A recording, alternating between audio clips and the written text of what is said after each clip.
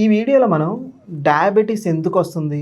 వచ్చిన దాంట్లో glucose levels ఎక్కువగా ఉంటే మనం ఏ ఆహార పదార్థాలు తీసుకుంటే ఆ ఇన్సులిన్ స్పైక్ అవ్వనీయకుండా తగ్గీయగలుగుతాం అన్న దాని గురించి మనం మాట్లాడుకుందాం. ఈ వీడియోలో టాప్ 4 ఫుడ్స్ గురించి నేను మాట్లాడతాను. ఈ 4 ఆహార పదార్థాలు మనం తీసుకుంటే మీ బాడీలో గ్లూకోజ్ లెవెల్ పెరగకుండా మనం బాగా కంట్రోల్ చేయొచ్చు. సో మనం దాని గురించి ఫస్ట్ మనం మాట్లాడుకుంటే మొరింగా పౌడర్ అంటే మునగాకు పొడి. సో మునగాకు పొడి మోకాలు పెయిన్స్కి చూశాను, కానీ దీనికి ఏంటి సార్ అని మనం మాట్లాడుకుంటే దీనిలో బాగా యాంటీ ఇన్ఫ్లమేటరీ ప్రాపర్టీస్ చాలా వరకు ఎక్కువగా ఉంటాయి మొరింగా వాటర్లో. మొరింగా పౌడర్ అంటే ఏం లేదండి, మునగాకు. సో మునగాకు నుంచి మీరు ఎలా తీసుకుంటారన్నది దాన్ని బట్టి వేరియేషన్ ఉంటుంది. మునగాకుని డైరెక్ట్గా తీసుకొని పేస్ట్ చేసుకొని మీ ఫుడ్లో తీసుకునేది వన్ టైప్ ఉంటుంది. లేదు, మునగాకుని ఎండబెట్టి దాన్ని పౌడర్ చేసి వాటర్లో డిజాల్వ్ చేసి తీసుకోవటం అనేది ఒక పద్ధతి. ఎలాగ తీసుకున్నా దాని అబ్జార్ప్షన్ అనేది కొద్దిగా మైల్డ్ వేరియేషన్ ఉంటుంది. అంటే రా ఫామ్లో తీసుకుంటే కొద్దిగా ఎక్కువ అబ్జార్ప్షన్ ఉంటుంది, పౌడర్ ఫామ్లో తీసుకుంటే కొద్దిగా తక్కువగా ఉంటుంది. సో ఎనీథింగ్ ఏదైనా తీసుకోవటం అనేది మేజర్ ఇంపార్టెంట్ అండి.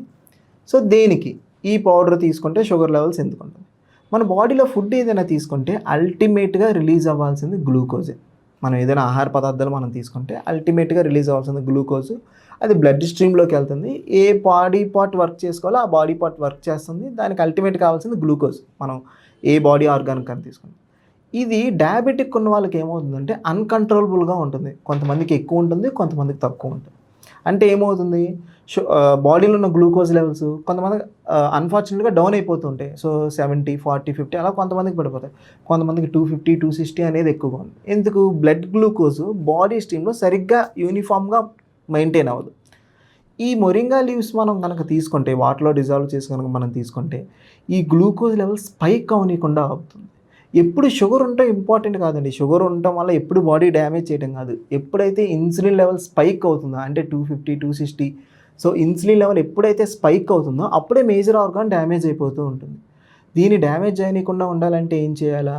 ఇలాంటి ఆహార పదార్థాలు తీసుకుంటే మీ బాడీలో దీనిలో హై అమౌంట్ ఆఫ్ ఫైబర్ ఉంటుంది.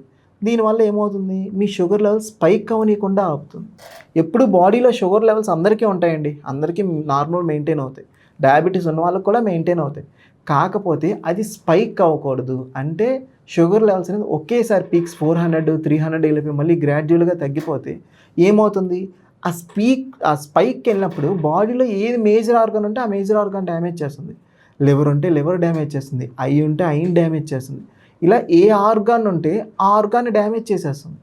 సో ఈ స్పైక్ అవనీయకుండా ఆపాలంటే మనం ఏం చేసుకోవాలి? ఫైబర్ రిచ్ ఫుడ్స్ ఎక్కువ తీసుకుంటుండాలి. అందులో one of the food moringa.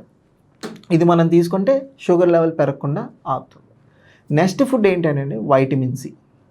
ఇది సీజన్తో సంబంధం లేకుండా మనం వైటమిన్ సి ఫుడ్స్ ఎక్కువగా తీసుకున్న దాంట్లో అబ్జార్ప్షన్ చాలా వరకు బాగుంటుంది.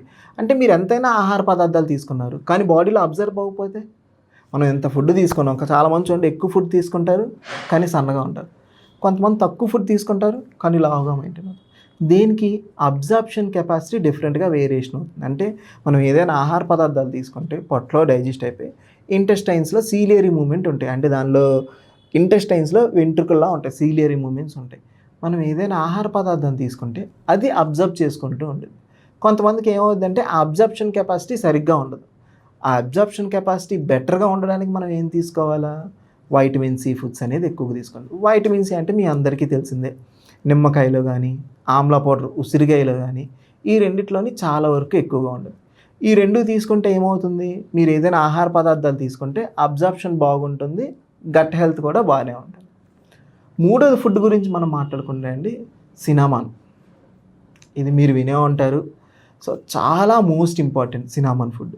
దేనికి? ఈ డయాబెటీస్ ఉన్న వాళ్ళకి, కొంతమంది షుగర్ లెవెల్ సరిగ్గా కంట్రోల్ లేని వాళ్ళకి బాడీలో ఆక్సిడేటివ్ స్ట్రెస్ అనేది డెవలప్ అవుతుంది. అంటే ఇన్ఫ్లమేషన్ పెరిగిపోయిన తర్వాత ఏదో ఒక ఆర్గాన్ని డ్యామేజ్ చేయడం కానీ ఏదో ఒక ఎఫెక్ట్ చేస్తుంది, ఐని కానీ లివర్ని కానీ, కొంతమందికి లిబిడో, సో అంగం మీద పట్టడం కానీ, ఇలాంటి చాలా వరకు అవకాశాలు ఎక్కువగా ఉన్నాయి. ఇది పడినప్పుడు ఆర్గాన్ ఆల్రెడీ డ్యామేజ్ అయిపోతుంది. ఆల్రెడీ డ్యామేజ్ అయిపోయిన ఆర్గాన్ని మనం ఏం చేయాలి కదా? దీనిలో ఈ సినామాన్ వాటర్లో high amount of antioxidants ఎక్కువగా ఉంటాయి.